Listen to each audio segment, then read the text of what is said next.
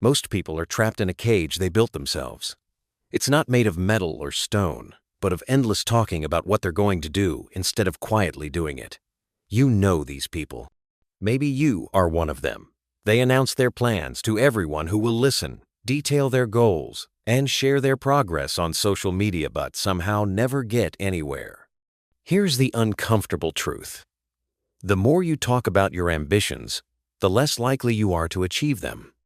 The ancient Stoics understood something that modern psychology has only recently confirmed: premature verbal commitment creates a false sense of progress that undermines actual achievement.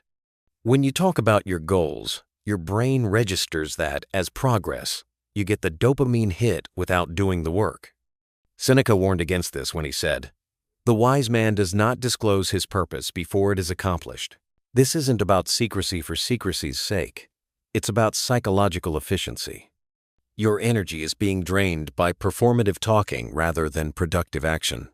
Think about the truly accomplished people you know, not the ones with the most followers, but the ones who consistently deliver results. Notice something? They tend to work in relative silence. They're too busy making progress to narrate it in real time. The greatest power lies in quiet, sustained action, while others are busy crafting the appearance of action.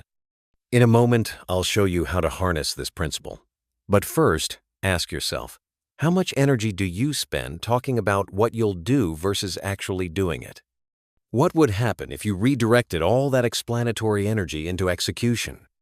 I learned this lesson the hard way. For years, I'd announce every new project to friends, family, and colleagues. I'd share detailed plans and get enthusiastic support. But time after time, these public projects fizzled out while the quiet ones flourished. What changed everything was a simple experiment. I committed to one goal without telling a single person. The difference was astonishing. Without the false progress of social validation, I had to confront the actual work. Without premature celebration, I had to find intrinsic motivation. Without external accountability, I had to develop internal discipline.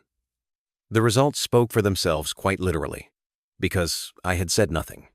This connects to what Epictetus meant when he said, "If you want to improve, be content to be thought foolish and stupid." The Stoic perspective isn't about seeking validation. It's about virtue expressed through action.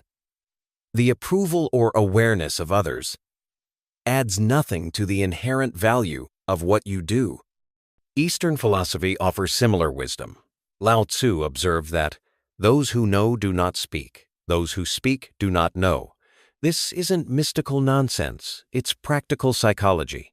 Those who truly understand the path to mastery are too busy walking it to give guided tours. Here's a practical exercise for the next 24 hours. Identify one meaningful goal you've been talking about, but not acting on. Commit to yourself that you will take one concrete step toward it today, but you won't tell anyone about it. Not in person, not online. Experience what it feels like to act without an audience. The sweet silence of execution is infinitely more powerful than the noise of intention. Modern research on goal achievement confirms this ancient wisdom. Studies show that people who keep their goals private are significantly more likely to achieve them than those who announce them publicly. When you declare your intentions, your brain experiences a social reality that satisfies your self-identity before you've earned it. This principle applies universally: fitness goals, creative projects, business ventures, personal development. The quieter the commitment, the louder the result. The mouth that's constantly moving isn't attached to hands that are working. There's a reason why truly exceptional people often appear to emerge suddenly with remarkable achievements. They weren't silent because they had nothing to say. They were silent because they were too busy building while others were talking. Remember, this isn't about never sharing your journey. It's about understanding that premature sharing often substitutes for actual progress. The time for talking comes after the victory, not before the battle. The next time you feel the urge to announce your plans, pause. Ask yourself, am I talking to avoid the discomfort of doing? Or am I truly prepared to take the next step, no matter how difficult or messy it may be? You don't need validation to move forward. You don't need an audience to prove that you're working. The journey is yours, and the results will speak for themselves. Most people talk about what they'll do, but few are truly willing to do it in silence.